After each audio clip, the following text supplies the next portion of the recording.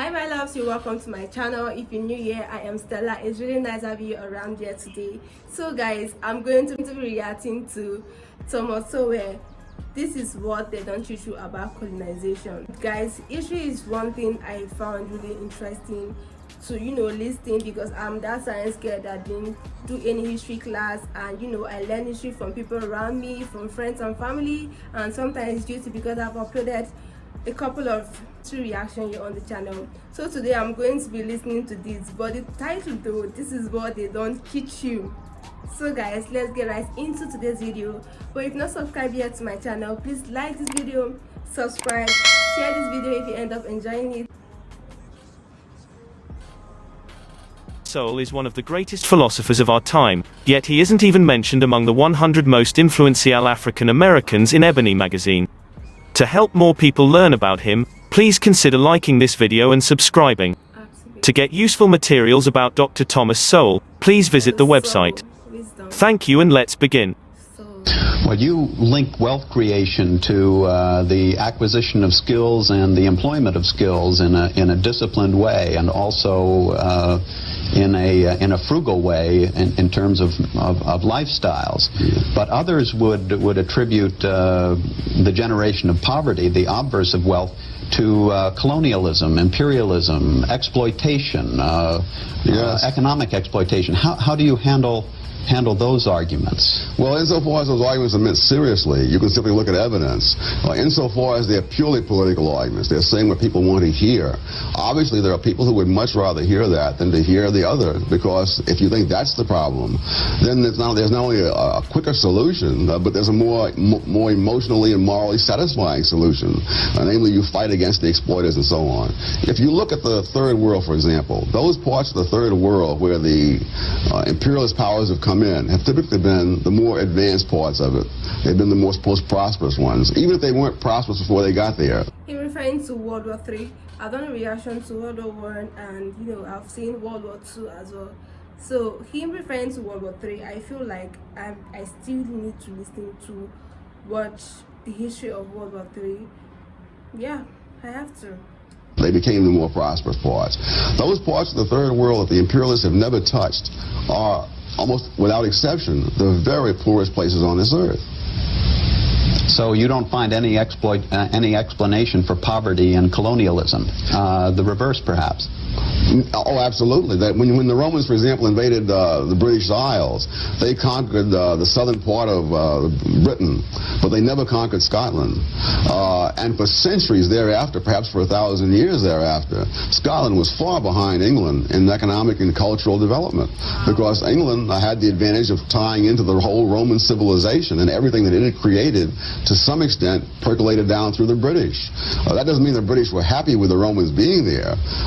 1,000 years later, Churchill could say, we owe London to Rome, but that's 1,000 years later, and Churchill didn't have to go through what those people went through.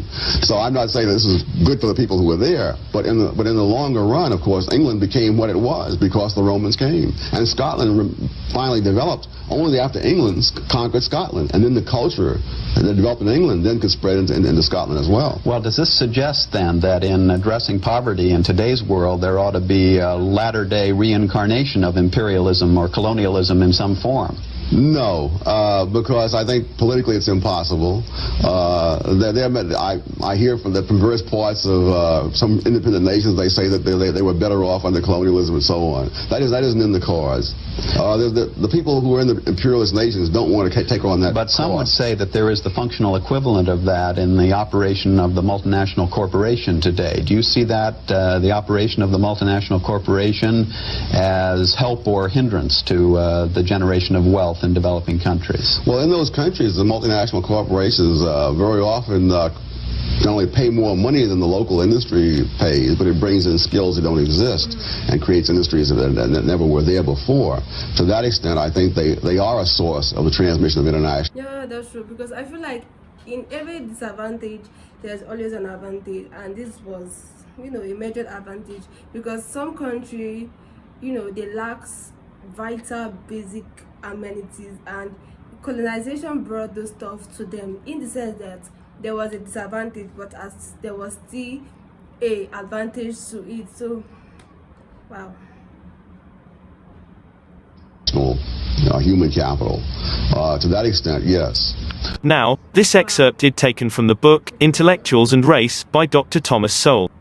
In addition to the inherent geographic advantages that Western Europe has had over Eastern Europe, for example, more navigable waterways leading to the open seas, with Western European rivers and harbors not being frozen over, as often or as long in winter as rivers and harbors in Eastern Europe, due to the warming effect of the Gulf Stream on Western Europe. Another major historic advantage growing out of geography is that Western Europe was more readily accessible to invasion by Roman conquerors. Despite the ruthless slaughters in those conquests and the subsequent brutal oppressions by the Roman overlords, among the lasting advantages which the Roman conquests brought to Western Europe were Roman letters, so that Western European languages had written versions centuries before the languages of Eastern Europe did. To the enormous advantages of literacy, as such, Western Europeans had the further advantage of a far greater accumulation of written knowledge in their languages, even after the languages of Eastern Europe began to develop written versions, but still had not yet caught up with the centuries-long accumulations of knowledge written in Western European languages. Literacy was not the only thing that moved from West to East in Europe. So did coins, printing presses, castles, crossbows, paved streets, and vaccinations, among other economic and social advances. But all of this took time, sometimes centuries. Moreover, people from Western Europe, Germans, Jews and others, were often a majority of the population in Eastern European cities in earlier centuries, while Slavs remained a huge majority in the surrounding countrysides. For example, before 1312 the official records of the city of Krakow were kept in German, and the transition, at that point, was to Latin. Only decades later did Poles become a majority of the population in Krakow. The towns of medieval East Central Europe were often cultural enclaves of foreigners, again, mostly Germans, but with many Jews as well, and, in the Balkans, Greeks and Armenians, joined in later centuries by Turks. In short, there has been for centuries, not only a disparity between the opportunities and advances in the two halves of Europe, but great disparities within Eastern Europe itself, between the indigenous peoples of the region, and the transplanted Western Europeans living in Eastern Europe, the Baltic and the Balkans. Neither genes nor discrimination are necessary to explain this situation, though some intellectuals and politicians have chosen to claim that the differences have been due to race and others have chosen to blame social injustices.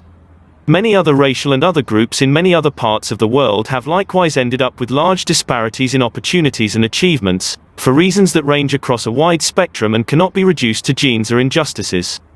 Thank you for watching this presentation to the end. Please don't forget to like, share, and subscribe.